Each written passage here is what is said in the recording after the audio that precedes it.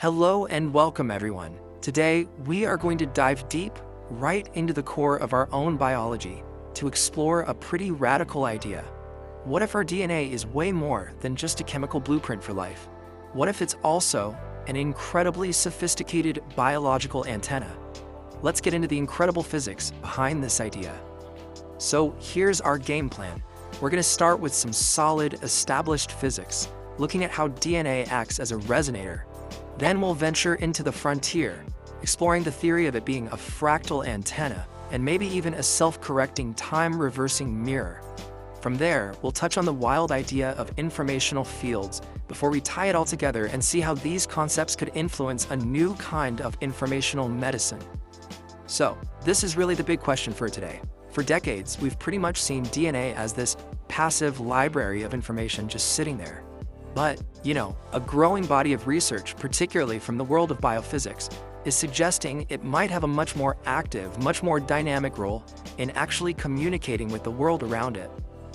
To really wrap our heads around this, we have to kind of put on our physicist hats for a minute. We need to look beyond the chemical code and start looking at the beautiful physical architecture of the DNA molecule itself. Okay, first, a quick concept we've got to get: a standing wave. The easiest way to think about it is a guitar string. When you pluck it, it doesn't just vibrate randomly, right? It creates a stable, repeating pattern. That pattern is a standing wave. It's a vibration that literally reinforces itself. This idea is absolutely crucial. Now here's where the physics gets just fascinating. You know that famous double-helix structure? It's not just some twisted ladder. It turns out it's a perfect waveguide. Its physical shape is literally designed to support different kinds of waves, mechanical ones, electronic ones, even electromagnetic ones, and allow them to form those stable, standing wave patterns along its length. And let me be clear, this isn't speculation. This is established mainstream physics.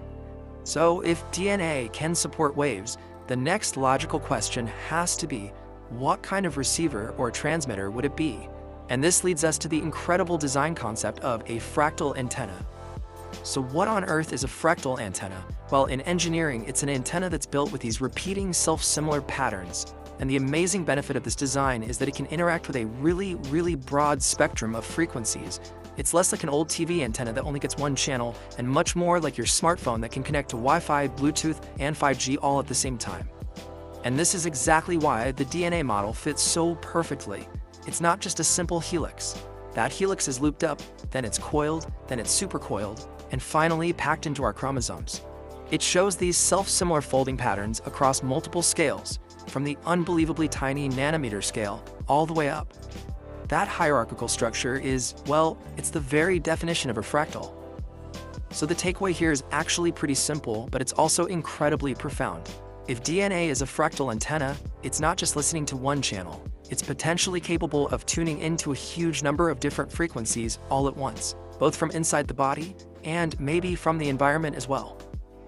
Alright, now we're moving into a more frontier but absolutely fascinating concept. What if DNA's very structure gives it a built-in error correction system, one that's based on some really advanced principles from optics? To get this, we need to talk about something called phase conjugation.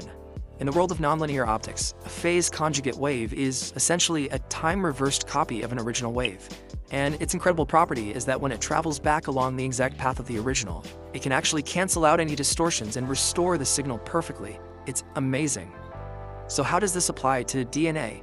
Well, the two strands are perfect mirrors of each other, but they run in opposite directions. They're what we call anti-parallel. And this geometry is strikingly similar to the special materials they use to create these waves in a lab. The theory here suggests that a wave-like disturbance or an error on one strand could trigger a perfectly mirrored, time-reversed, correcting wave on the other. It's a potential model for biological error correction at the wave level. To make this a little more intuitive, just imagine shouting into a canyon, and the echo doesn't just come back perfectly clean, but that echo actually travels backwards in time to fix any crack or wobble in your original shout. That's the kind of power we're talking about with this concept. Okay, so let's explore the most speculative part of this whole model, the idea that DNA doesn't just receive information, it might also be broadcasting it. DNA isn't just sitting there being static, it's constantly being unwound, copied, and then rewound. This twisting and untwisting motion involves moving electrical charges, and by the fundamental laws of physics, moving charges have to generate electromagnetic fields. The hypothesis here is that these fields aren't just random biological noise, they are structured patterns that actually carry information, acting almost like a second layer of biological instruction on top of the chemical code. Okay, we have covered a lot of ground, from solid, accepted physics all the way to the very edges of theory. So let's just pause for a second and organize these ideas. This table really helps us separate what's mainstream from what's still speculative. Up at the top, you've got basic DNA-EM interaction. That's totally accepted. But as we move down the list into ideas like the wave genome, we're firmly in the realm of frontier research that's still being explored and debated. So with this whole biophysical model in our minds, from resonators to time-reversing mirrors, how might we actually apply it? This is where we can start to connect these concepts to a broader perspective, like the unified information medicine framework being explored by Sanctum.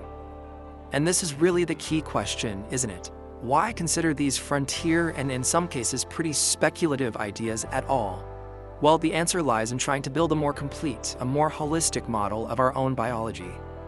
See, this biophysical view of DNA is considered within the framework because it gives us a potential physical mechanism for some of its core principles.